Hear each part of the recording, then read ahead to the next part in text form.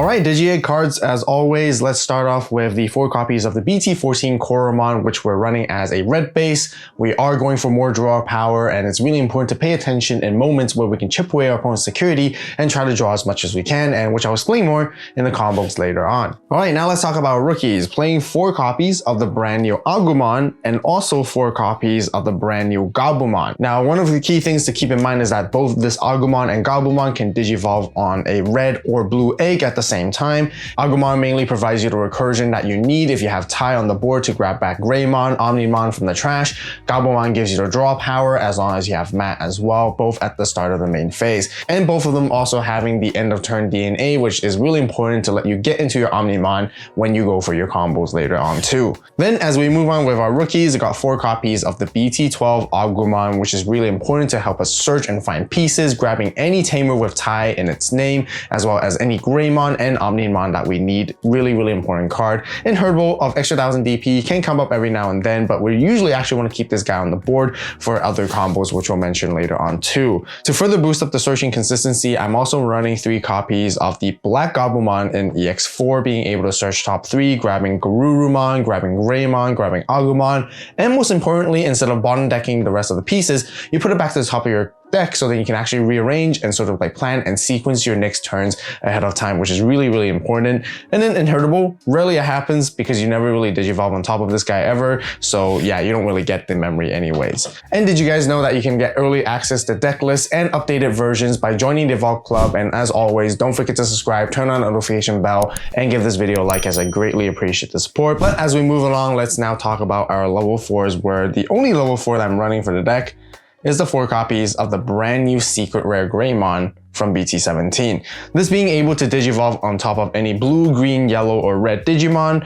for 3 costs, meaning you can go on top of Gabumon. Otherwise, you can also pay the alternative Digivolution requirement for 2 costs to go on top of Agumon and its name. This is really good for when digivolving. If you have a Koromon, you get extra 3000 DP, and then you get to pop something that your opponent has on the board that has equal or less DP. So potentially you can go up and delete an 8k, which is almost pretty much every level 5. If not, you get to pop 5k, which is almost a lot of level 4s on the board.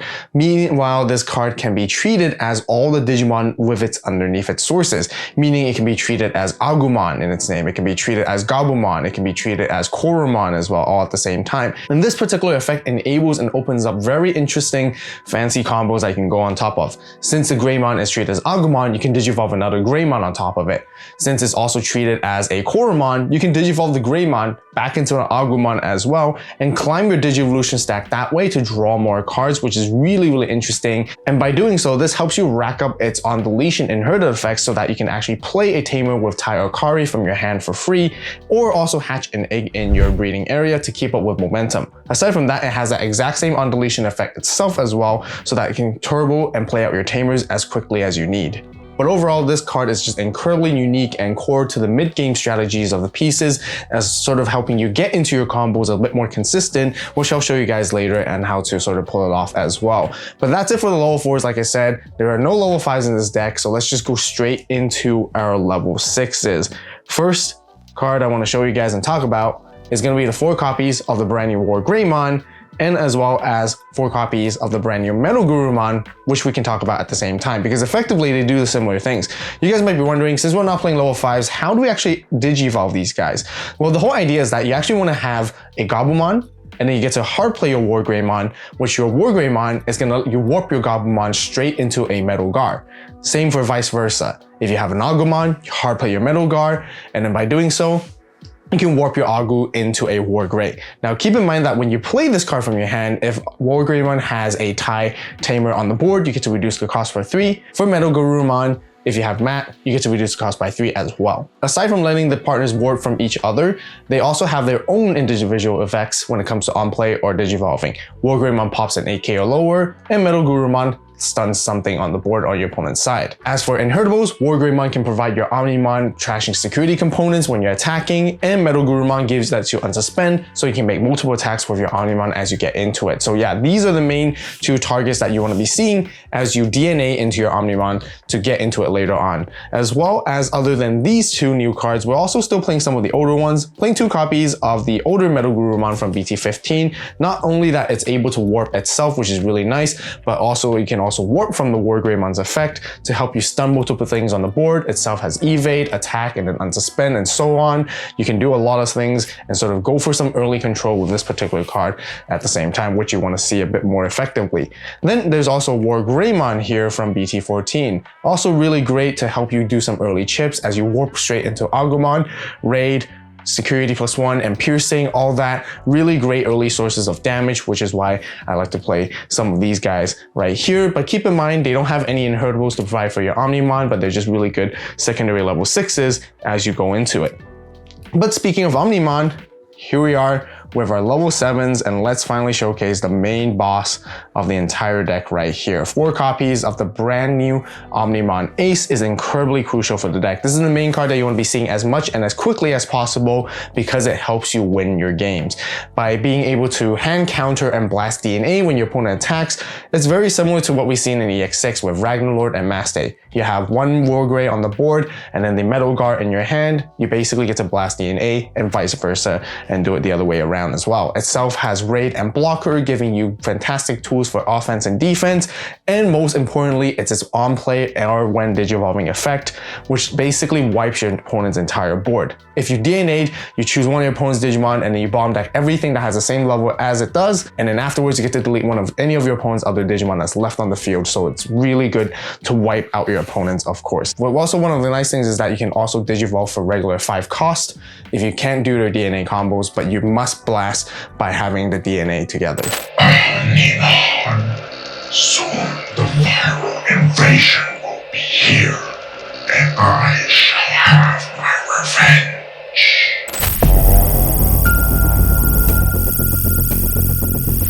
The AVAULT store has been infected with the newest playmat. I have all the prices, and it is your chance to get virus level discounts before it is too late.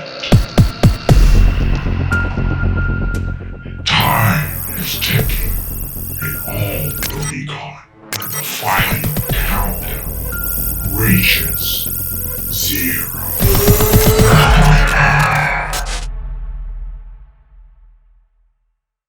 What the heck is that?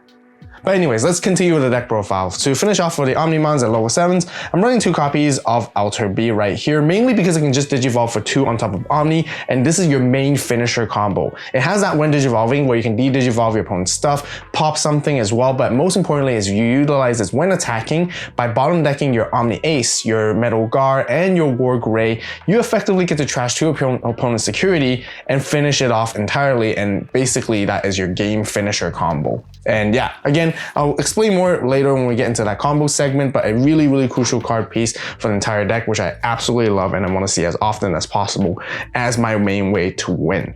Then let's talk about our Tamers now. We got the brand new BT17 Ty and Matt right here. Despite being a 4 cost and not a memory setter, they give you a lot of return memory and value whenever you hard play your War Greymon or your Metal Garurumon. Effectively, if you Digivolve as well, you get to gain 1 for Grey, you get to gain 1 for Garuru. But aside from that, they also have an end of turn effect, which lets your Omnimons attack a player at the end of the turn.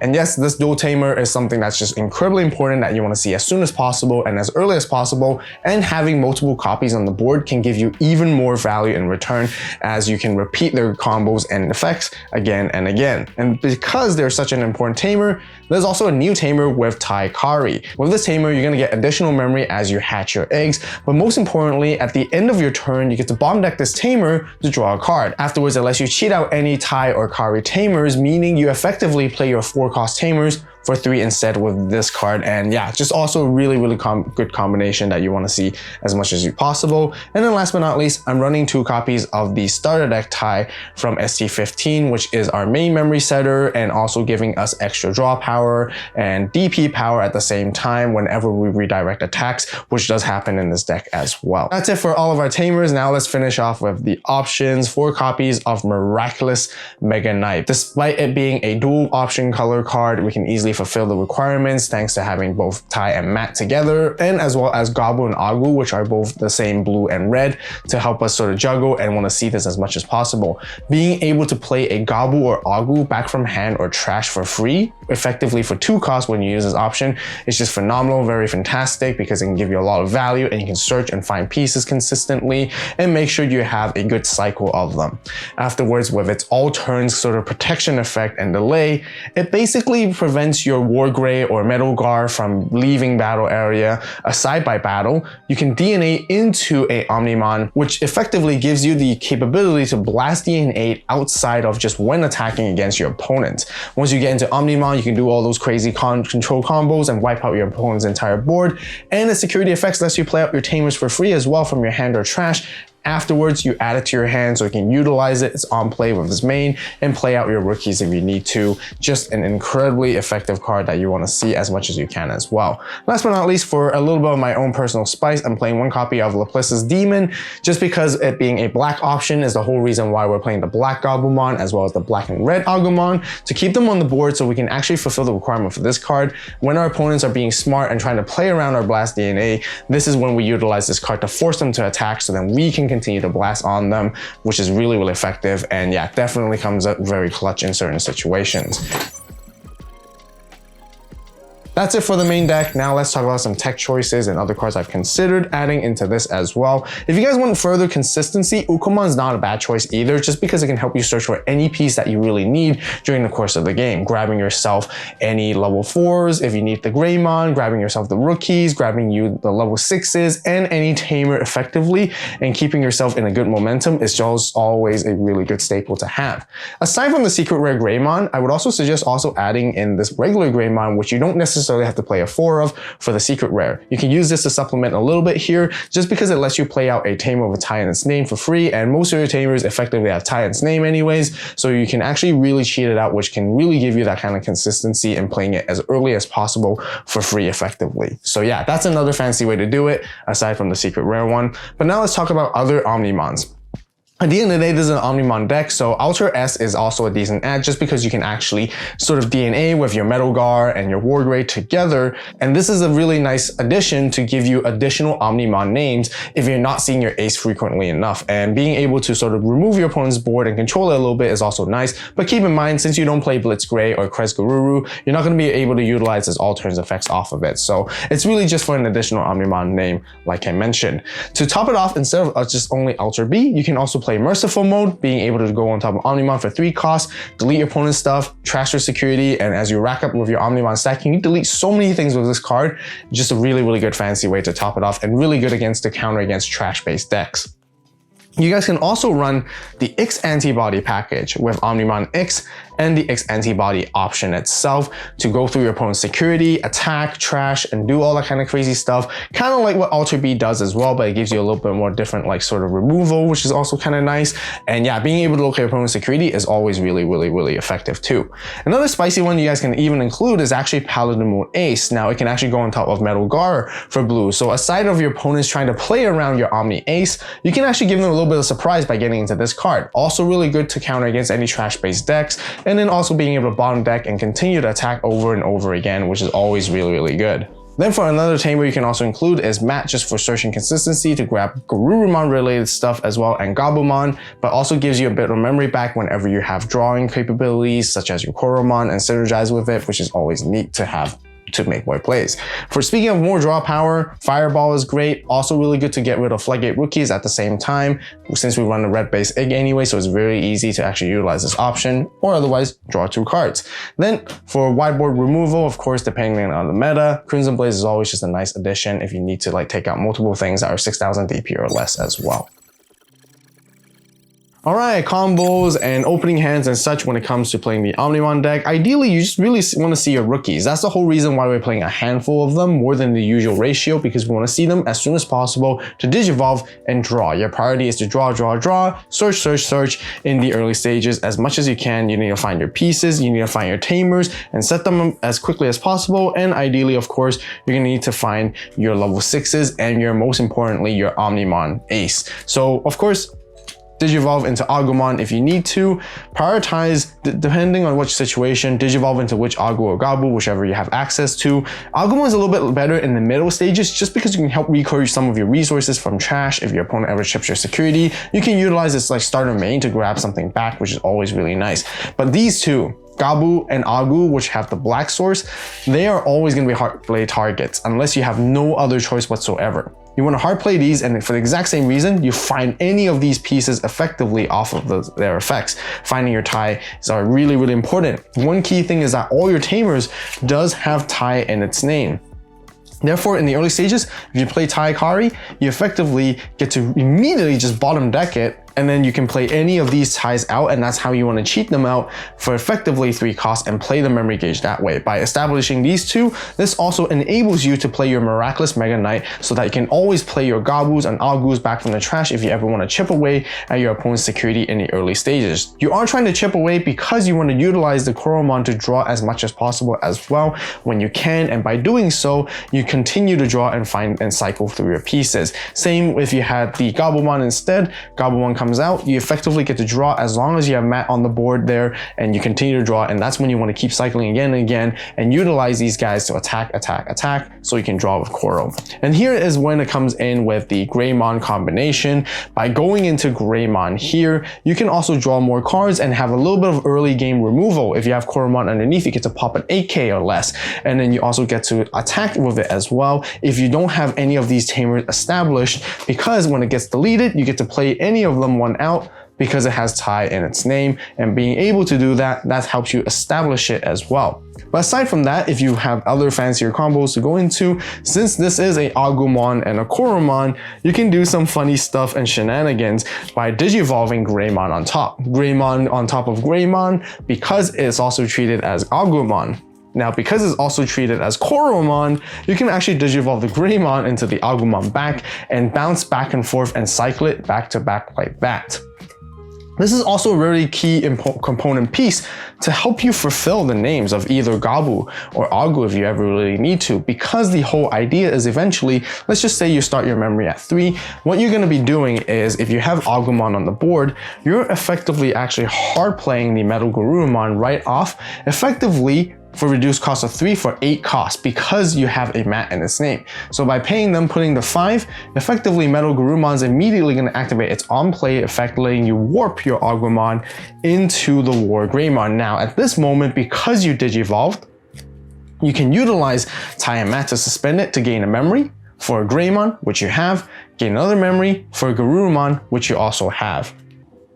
This immediately threatens the Blast Omni Ace in your hand, and your opponent needs to start to identify and know that, because at any given time, if you have the other piece, let's just say you have Metal Gar on another Metal Gar in your hand, you can always just blast DNA into this, and then Omnimon is just going to wipe their board. But also at this moment, because of Agumon's end of turn giving you the exact same capability, so you can proactively go into Omni Ace yourself without your opponents attacking, and you can do the same thing, clear your opponent's board. And once you get into Omni Ace, you can raid, block, and you can attack. When you attack, you get to trash your opponent's security, you get to draw one for Koromon once again, and you also get to unsuspend with Metal Garurumon right there. And this combo applies exactly the same way, vice versa. If you have Gabu here to begin with, the piece you're going to be looking for and trying to play is your War Greymon. Same thing, you're going to put them to 5 first, and then you get to digivolve into Metal Gar, and then you suspend your Tamers to go back to 3, basically setting them back to a memory setter, which is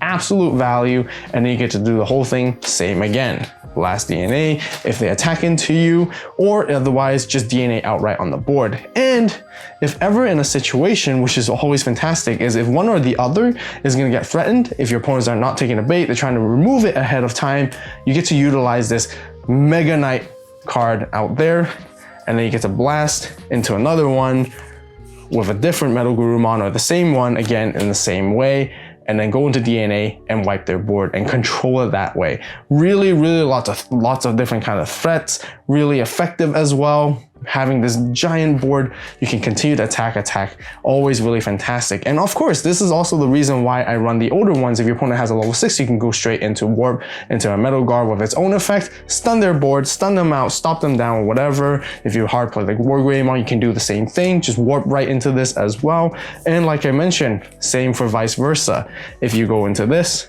play Metal Guard is going to let you warp into this one, and then if this one was not played during this turn, if it's pushed out from raising and whatnot, you can go ahead and attack, raid, security +1, piercing, and so on. Take out your opponent's Digimon before you even go for the end of turn DNA as well. By chipping all of that away, like I mentioned, the full power combo is to ideally have these two when you go into Omnimon. Once you establish and took away your opponent's security and set them down to 3, it's effectively lethal at this point. Or even at 4 security, because what you're going to do is you're going to swing with Omnimon Ace.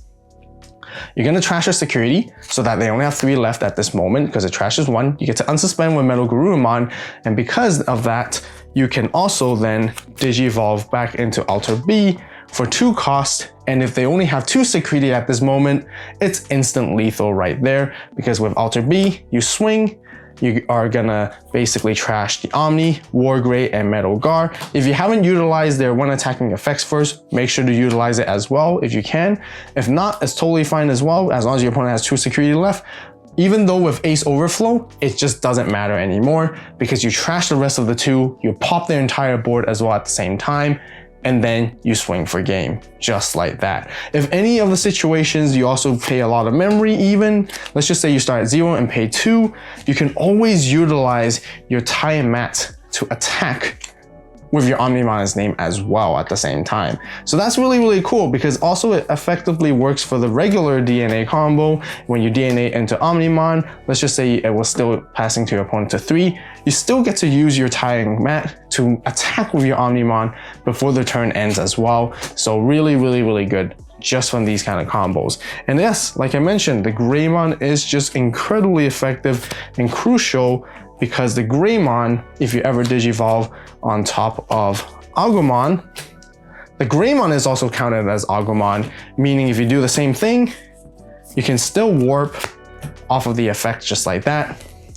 Or if you had Gabu underneath it, and Greymon can Digivolve on top of it because it's blue, you hard play that because it's also treated as Gabu, and that's kind of how you bridge and sort of like cycle between the 2 and back and forth, which is always fantastic. And if your opponents are always going to respect you because they don't want to attack into you, they don't want to get baited into the ace, that's the whole reason why I play some of these black sources, is so that I can play Laplace's Demon, force them to attack, and then I blast back into their faces and do the same thing all over again. And yeah, these are the really cool intricate combos that you guys can execute and play with this all new Omnimon Ace deck, which basically helps you win games. Omnimon, doomsday shall be here soon, and the viral invasion will attack ALittleSpoon next.